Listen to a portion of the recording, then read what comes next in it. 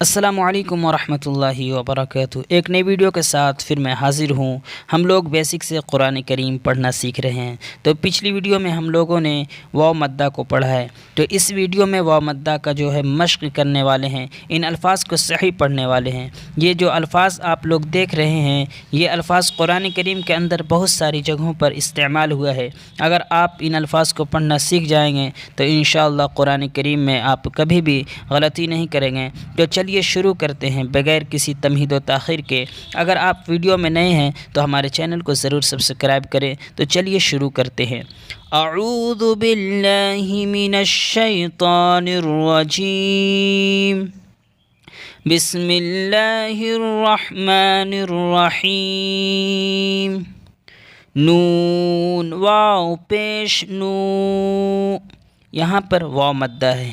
ہم نے بتایا تھا پچھلی ویڈیو میں کہ جس نون کے اوپر جزم ہو اور اس سے پہلے پیش ہو تو واو مدہ ہوگا۔ یہاں آپ لوگ دیکھ سکتے ہیں واو کے اوپر جزم ہے اور واو سے پہلے جو حرف نون ہے اس کے اوپر پیش ہے تو واو مدہ ہوگا، اور واو مدہ کو ایک الف کے برابر کھینچ کر پڑھتے ہیں اس طرح: نون واو پیش نو، ہا پیش ہو۔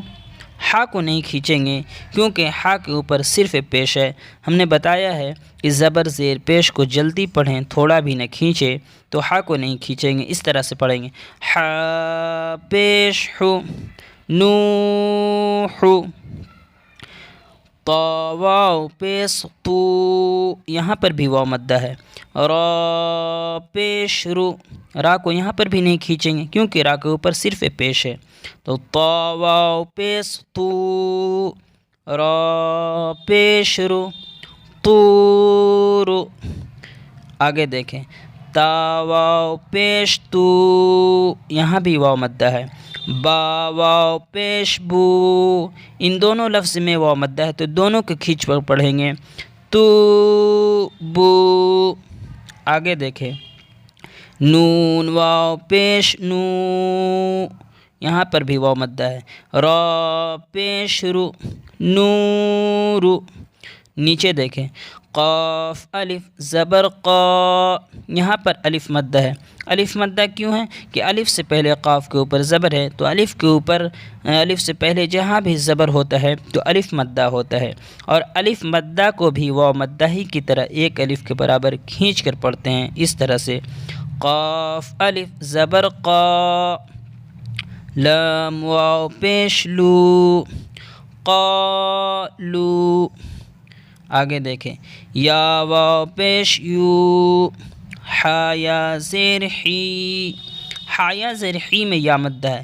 یا ساکن سے پہلے زیر ہو تو یا مدہ ہوتا ہے، اور آپ دیکھ سکتے ہیں یا ساکن ہے مطلب یا کے اوپر جزم ہے اور اس سے پہلے ہا ہے، اس کے نیچے زیر ہے تو یا مدہ ہوگا، اور یا مدہ کو کھینچیں گے: ہا یا زیر حی، پہلے میں واو مدہ اور دوسرے میں یا مدہ، تو دونوں کو کھینچ کر پڑھیں گے: یو حی۔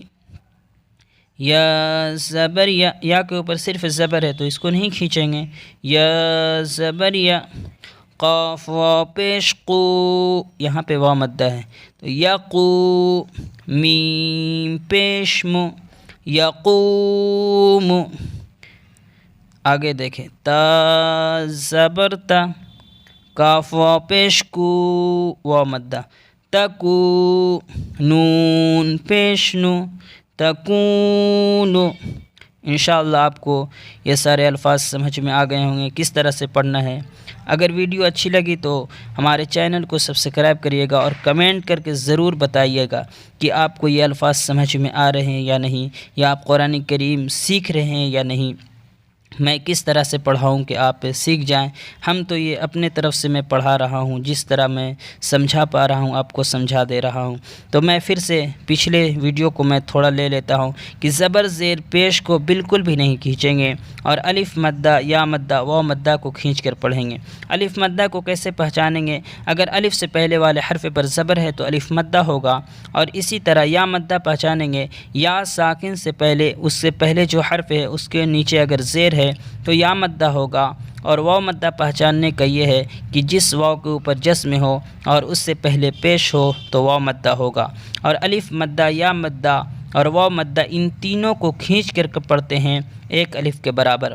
اگر آپ سیریل بائی ہماری ویڈیو کو دیکھیں گے تو انشاءاللہ آپ بیسک سے اور بہتر قرآن کریم سیکھ جائیں گے۔ تو پھر ملتے ہیں اگلی ویڈیو میں۔ السلام علیکم ورحمۃ اللہ وبرکاتہ۔